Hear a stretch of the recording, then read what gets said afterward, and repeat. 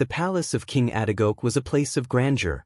Its marbled floors whispered of power, its golden drapes swayed like ghosts of ancient royalty, and its stone walls had witnessed secrets too heavy to speak aloud.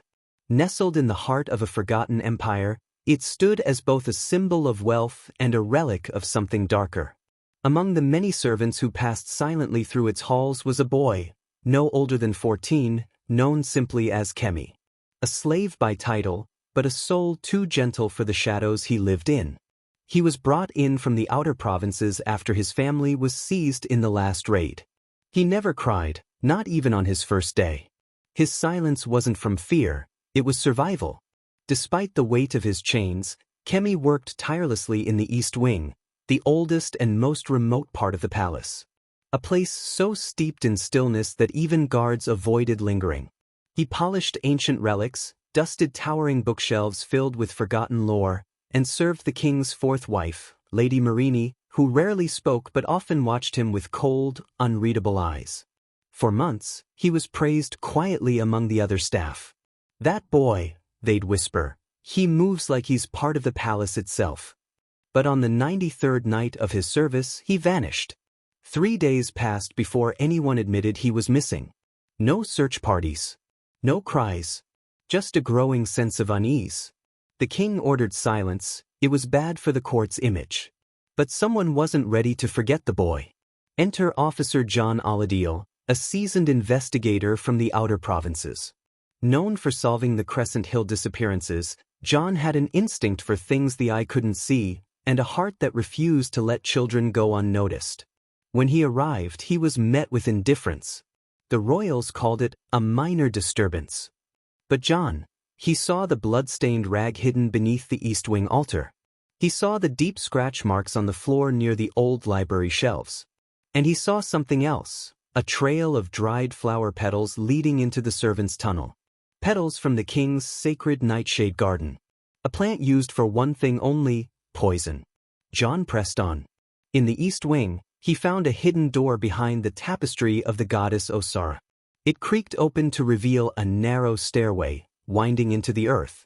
The air grew colder with each step. At the end of the stairwell, a room. Stone. And in the center, Kemi's body, curled like a child in sleep, his face frozen in a scream he never got to voice. No wounds. No blood.